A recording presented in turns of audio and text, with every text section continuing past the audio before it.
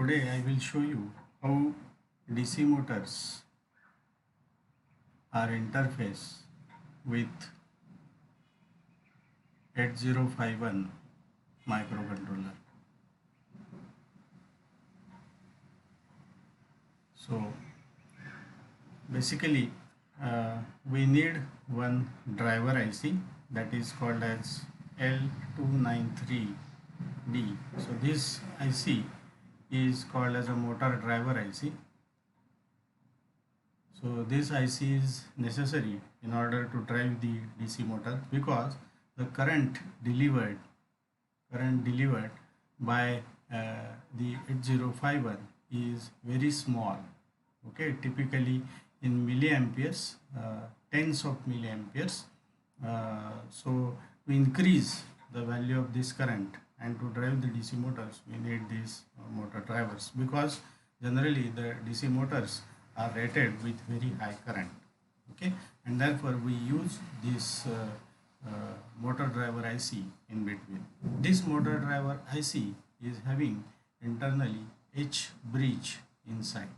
Okay, the internal diagram of this bridge is something like this. It has a pair of two transistors. One is PNP transistor and another is NPN transistors. So these transistors are connected in this way. So this is one pair and this is another pair. I'm sorry. This is one pair and this is PNP and this is NPN transistor. Okay, so there is a pair. This point is connected to ground and this point is connected to VCC. Okay, plus VCC, and these 2 points are made common and input is applied at these points. Okay, this is let's say input 1 and this is input 2. So when input applied at this terminal, that is 1, is let's say 1, then we know that the NPN transistor works when at the base of the transistor is high, and exactly opposite to that PNP transistor works. So when there is a 0 at the base, then this transistor will work. So since this is 1 and this NPN transistor will turn on. The important thing is we connect a DC motor here in between. So we provide 1 at input 1 and we provide 0 at input 2. So we have made combination like this in 1 and in 2. So first combination is 1 0.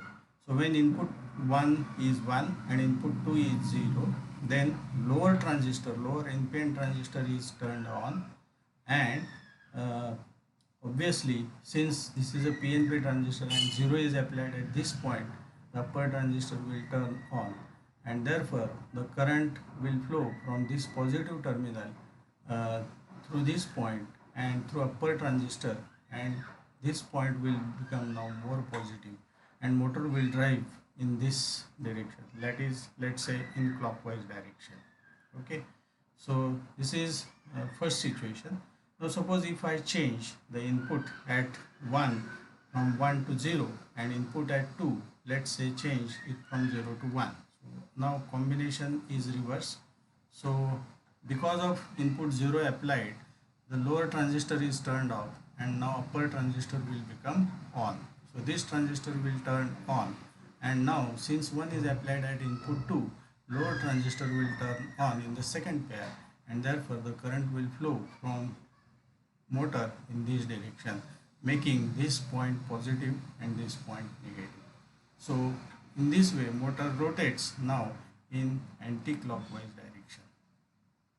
Okay, so this is the programming logic which we are going to make use in writing the program in Keil. So let us prepare first of all a simulation circuit in Proteus and then simulate it in Keil. So let us move on to the Proteus and prepare a circuit. So here I have 8051 IC, so let us keep it here. Then let us select this driver IC, and a motor is connected at the output. Let us zoom it.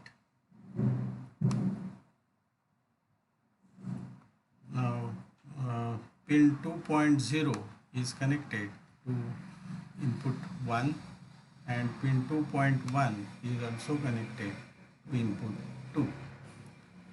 These out 1 and out 2 terminals are connected directly to the motors.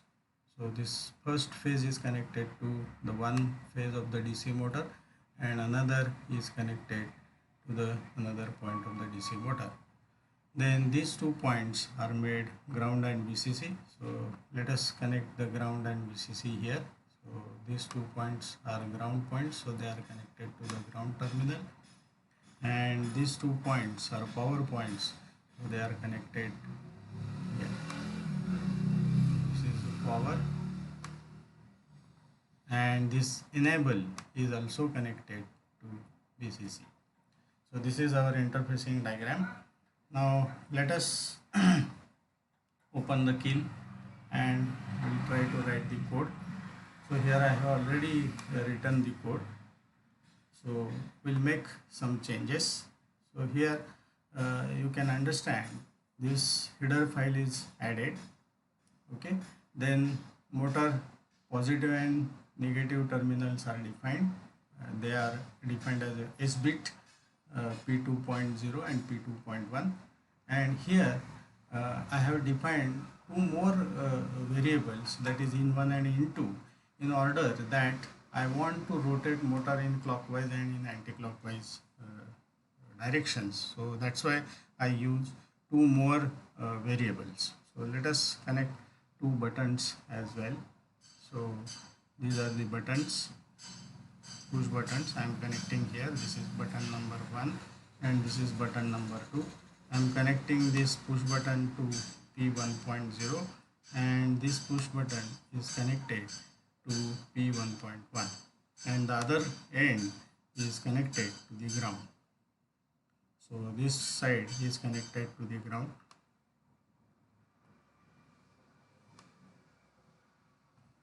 When upper button is pressed, the motor rotates in clockwise direction, and when lower button is pressed, motor rotates in anti-clockwise direction. So for that the program is written. So then this is a simple delay routine. Then in the main program there is a while condition. Now the first condition we are going to check is if button 1 is pressed, then the motor rotates in clockwise direction, and I have already explained you this logic. When phase is given with 1 and neutral is provided with a 0, motor rotates in clockwise direction. Here we have already discussed, when 1 and 0 is applied, motor rotates in clockwise direction. So that's why in the first if condition I have mentioned this condition, then I have called the delay of 100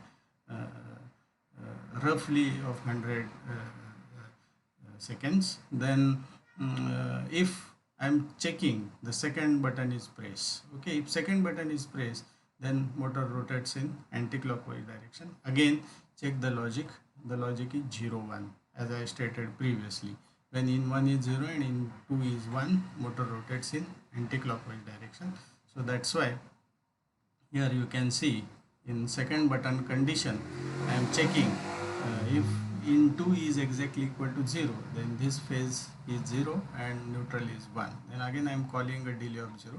And then this third condition is very important, that I am checking if both buttons are open. Okay, it is not possible that both buttons are pressed. Okay, because moment you press any one button will be at the first priority, at the top in the sequence. The first button will appear, any one button will appear first. So in that way we have to check whether any one of the if the 2 buttons are open. If both the buttons are open, then motor will remain off. Okay, So this is a simple logic I have prepared. Now let us compile this program, build it. Okay, so I have already written this code. Okay, and then build it, create hex file. All right, then go to the Proteus, download this program.